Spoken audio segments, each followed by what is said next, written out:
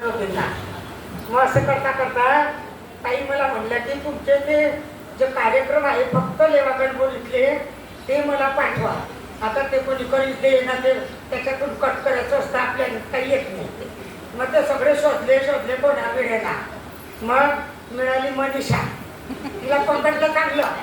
म्हटलं तू काहीही कर, किती बी पैसे लागू दे, पण मला याच्यातून ते कट करी दे माय फक्त तेवढा.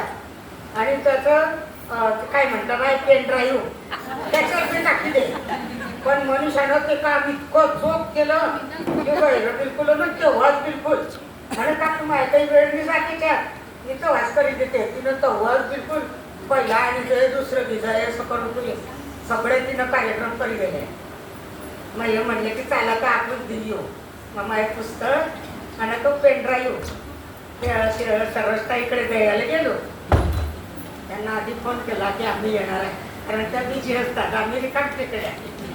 मग त्याने त्या म्हणल्या या वेळ काढून या अगदी. मग गेलो. मग त्यांनी ते घेतलं सगळं, पेन ड्राईव्ह दिला, सगळं दिलं. आणि त्यांनी माझ्या हातात एवढा बॉक्स दिला. आता मला वाटलं की पेनच असतील, मला गैरे पेन मिळाले.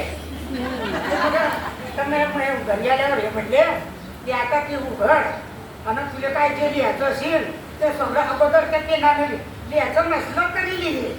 म्हटलं हा. मग तो बॉक्स उघडला. बापरे, त्याच्यामध्ये हे सरस्वती, हे सरस्वतीने गळ्यात घातली आणि माझ्या डोक्यावर सरस्वतीचा हात गळला. तेव्हापासून कार्यक्रम झाले, कळलं मला लिहाले. खरंच त्यांनी मला सरस्वतीचा वरद असं माझ्या हातावर डोक्यावर ठेवला. आणि त्यांचे खरोखर खूप आभारी राहील शेवटपर्यंत अगदी. आणि त्यांना इतकं आवडतं. सुरुवातीला जो आम्ही हे कार्यक्रम करेन तेव्हा त्या 2-3 वेळेस वक्ती त्या नव्हत्या, तर ते मिस केले. तर त्या म्हणे तुमचं कार्यक्रम मला ऐकायलाच नाही मिळाले, आता मी फक्त याच्यातच पाहिजे. मग नंतर त्यांनी सांगितलं की मी जेव्हा येईल तेव्हाच तुमचा कार्यक्रम करायचा. मग त्या जेव्हा आल्या तेव्हापासून मी ते तेव्हा कार्यक्रम करायला लागले. तेव्हा त्या प्रत्यक्ष ऐकत मला. तर हे परिसर मला खूप म्हणजे खरोखरच अगदी अशी आपल्या याच्यामध्ये कौतुक करणारी आहे, सगळ्यांना पुढे आणणारी आहे. त्यांच्यामुळे मला किती प्रोत्साहन नाही. यांनी इतक्या आपल्यावर विश्वासाने आपल्याला सांगलं तर आपण त्यांचा विश्वास हे करायला नको. आणखी आणखी लिहित राहायचं, आणखी आणखी लिहित राहायचं. आणि मंडळावर प्रत्येकाही त्यांना पण त्या बिझी असतात आपल्याला माहीत आहे. म्हणून मी तुमची खरं खरंच नेहमी सत्कार होत असतात, नेहमीच ऐकायला मिळतं आणि अशीच तुमची उत्तरं वाढत मग ते होतच राहतील. आता कारण तुमचा हे सरस्वती आहे ना माझ्या खरंच ती असं बक्षीस कोणाला. खरंच मी घरी गेल्यावर मला आनंदानं म्हटलं पेन उघडते आता अगोदर लिहिते आणि तेच तुम्हाला टाकते. पाहते तर त्याच्यामध्ये सरस्वती म्हटलं रे बापरे, हे तर मला खरोखरच अगदी अविस्मरणीय गिफ्ट मिळालं तुमच्याकडून. God gift. धन्यवाद धन्यवाद. आपल्या डबे बाटल्या आपण कसे संभाई ठेवत, आपल्या जर काही भराले नसे घरात तर आपण म्हणत मग ते लेखाचा दुधाचा डबा असेल ना तो खाली झाला की मला द्यायचो. तर म्हणे आता नाही, मी ना ते इथे सांगेल आहे आता पुढच्या महिन्यातला घ्यायचो. असा परिसर आपण केलं. आणि आता ते मी एवढे मोठे डबे घेतले आणि चालली पाहिजे. म्हटलं कोणी घेत चालली होते डबे.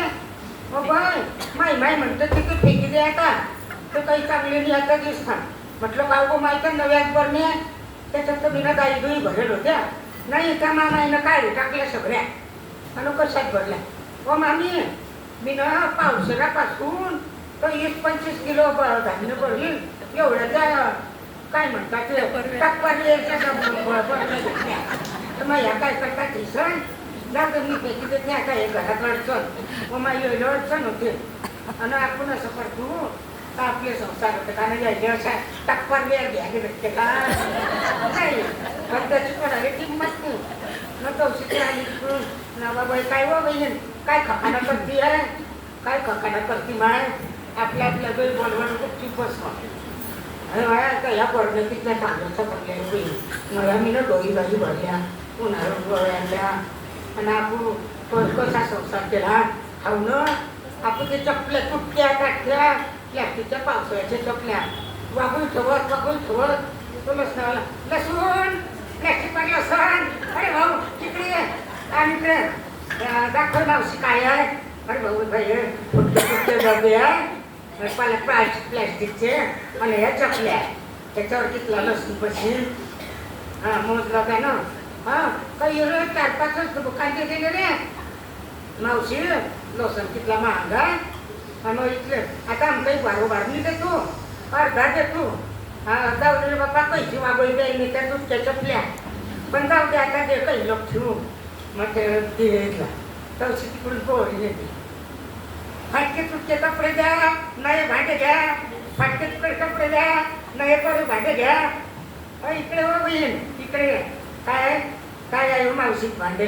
हा मग आणखी मावून बा काय करते उन्हाळ मावशी होतं सगळं फाटके.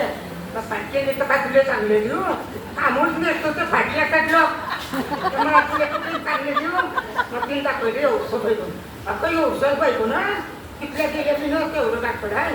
मावशी परवडत नाही आम्हाला दिवसभर उन्हातून फिरतो एवढं दाखवलं दिवसात नाही तर मग थोडा वाटे तर म्हणून नाही हो मावशी परवडणार नाही. हा एक साडी तर तुला आणखी आणखी मावशीनं साडी तरी पाहिली तर नसते मध्ये म्हणजे काय मावशी असं पण जाऊ दे कोण कधी त्याच्या पेक्षा आणले असं घासगीस करी सण म्हणजे जाऊ दे नाही तर दुसरी घे जाऊ दे नाही दुसरी बी गेली तरी ते तसंच म्हणे कडलक वागवते चितकं आणि ते मग घेतलं ते डबा मग असं करता